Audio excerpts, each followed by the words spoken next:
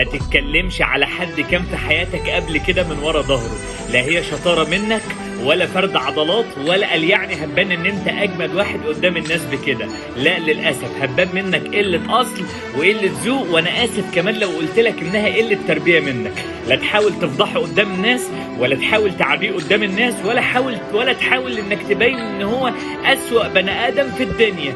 اسكت خالص، ما تجيبش سيرته. سكوتك قدام الناس وعدم كلامك حاجه هتبين ان انت بني ادم محترم، بني ادم متربي، هتبين اصلك قدام كل الناس.